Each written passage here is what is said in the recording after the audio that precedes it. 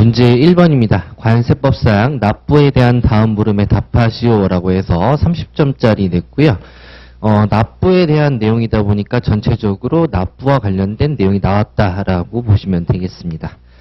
자, 문제 2번 같은 경우에는 관세법 12조 장부 등의 보관에 대한 물음에 답하시오라는 내용인데 이번엔 개정이 됐죠. 그렇기 때문에 개정된 내용을 챙겨 놓으라는 의미에서 기출을 해봤습니다.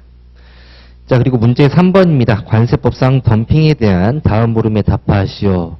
자, 덤핑과 관련된 내용이 개정이 됐는데요. 2025년에 시행되는 우회 덤핑을 제외하고 나머지 덤핑과 상계와 관련된 내용에서 개정이 된 내용 중에서 좀 크게 개정됐다, 의미 있게 개정됐다라는 내용이 지금 물음 1, 2번에 기출을 했고요. 그 다음에 마지막으로 하나 더 챙겨 보셔야 될 게 재심사와 관련된 내용도 개정이 됐으니까 그 부분도 같이 챙겨주시면 좋을 것 같아요. 자, 문제 4번입니다. 다음 물음에 답하시오. 하나는 환급특례법과 관련된 내용이고요. 하나는 4장 감면환급 분할납부와 관련된 내용 중에서 간단한 내용으로 기출을 해봤습니다. 자, 첫 번째 관세법상 납부에 대한 다음 물음에 답하시오 먼저 보도록 하겠습니다. 자, 지엽적인 내용이다라고 생각을 하시면 될 것 같아요. 신용카드 등에 의한 관세 등의 납부 방법, 그리고 관세 납부 대행 기관이란 어떤 곳인지, 그리고 납부 대행 기관의 수수료에 대하여 기술하시오라고 되어 있습니다.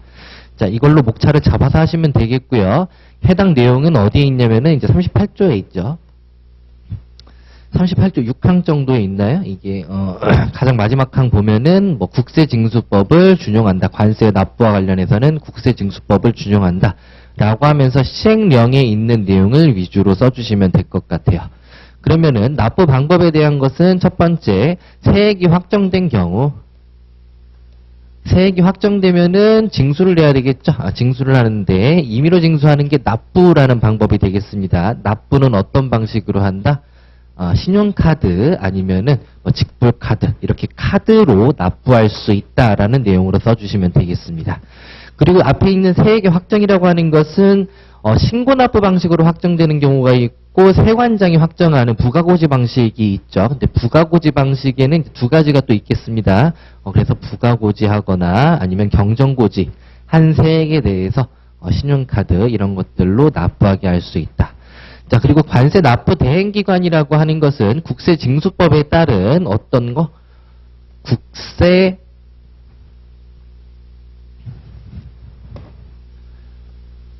국세 납부 대행기관을 떠올려 먼저 써주시면 되겠죠. 국세 납부 대행기관인데 어떤 곳이겠습니까? 신용카드 등으로 결제를 할 수 있는 기관이라고 보시면 되겠고, 그런 기관으로서 관세 납부를 대행하는 기관.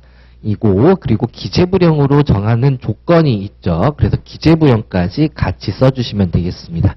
기재부령에는 두 가지 자로 나눠져 있습니다. 금융결제원 하나 하고, 그 다음에 그 밖에 관세청장이 정하는 자. 이렇게 두 가지 써주시면 되겠고요.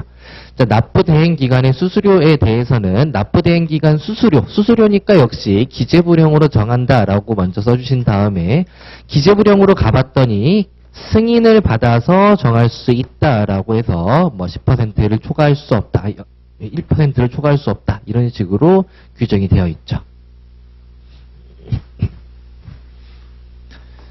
자, 물음 2번 보도록 하겠습니다. 세관장은 관세징수 또는 공익목적을 위해서 필요한 경우로서 신용정보의 이용 보호에 관한 법률에 따른 신용정보 집중기관, 그 밖에 대통령령으로 정하는 자가 일정한 기준에 해당하는 경우 체납자료를 제공할 수 있다. 자, 여기까지 읽으면 어떤 내용이에요? 체납자료의 제공과 관련된 내용, 1항에 있는 내용이 되겠죠. 자, 이때 체납자료의 작성, 그리고 체납자료를 요구하려는 자가 요구서에 기재해야 되는 사항, 그리고 체납자료의 제공 방법, 그리고 체납자료에 해당하지 아니한 경우 통지 기한에 대해서 기술하시오가 되겠습니다.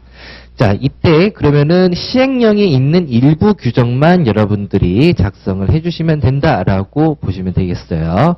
자, 첫 번째 체납자료의 작성이라고 되어 있는데 작성을 어떻게 한다라고 되어 있지는 않고요.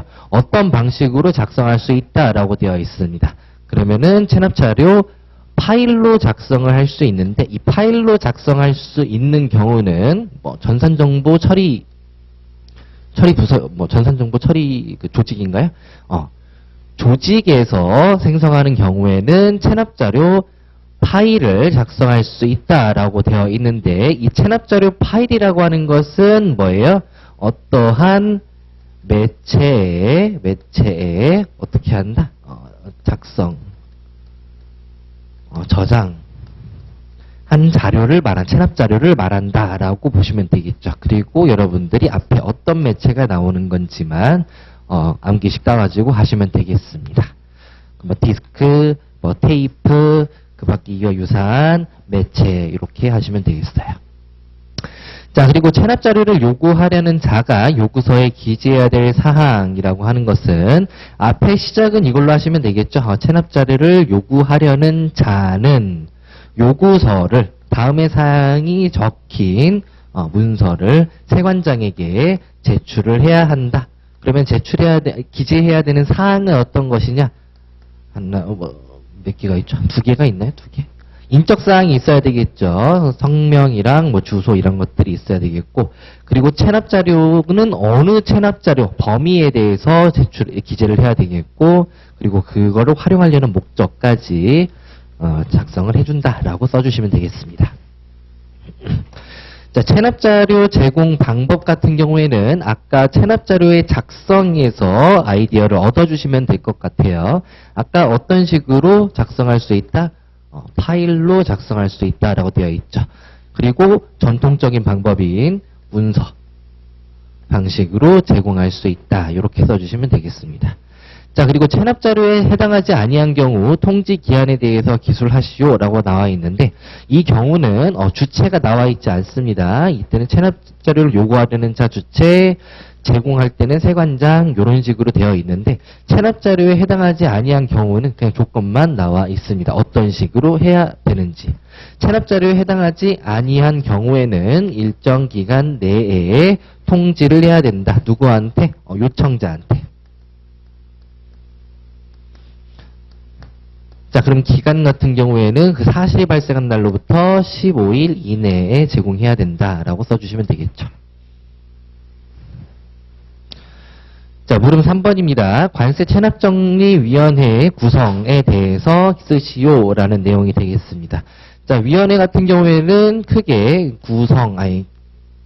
개요라는 내용, 그 다음에 구성이라는 내용, 그 다음에 운영이라는 내용, 그 다음 기타라는 내용, 이렇게 총 4가지로 나눠볼 수가 있어요.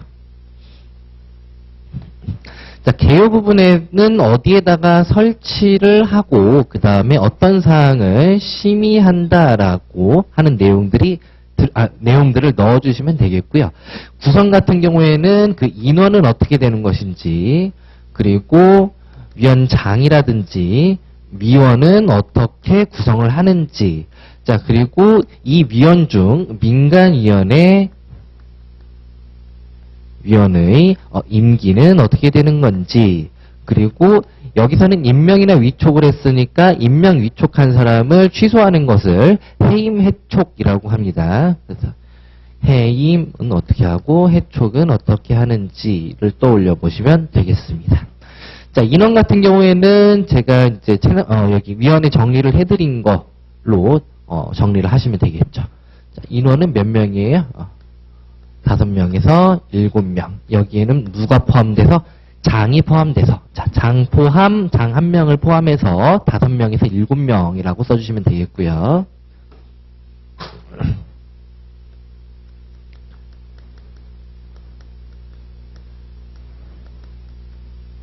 네, 위원으로 구성한다. 자, 그리고 장 같은 경우에는 세관에 두는 곳은 일반적으로 세관장이 위원장이 된다라고 보시면 되겠습니다. 그래서 장은 세관장이 된다. 자, 위원은 누가 되냐면은 일반적으로 공무원이랑 일반 민간위원으로 나눠볼 수가 있어요. 자, 공무원은 누가 될 것이며 민간위원은 누가 될 것인지를 떠올려 보시면 되는데, 이 공무원이라고 하는 사람은 직속 공무원은 임명이라는 표현을 쓰고요. 민간위원 같은 경우에는 위촉이라는 말을 씁니다. 따라서 다음에 해당하는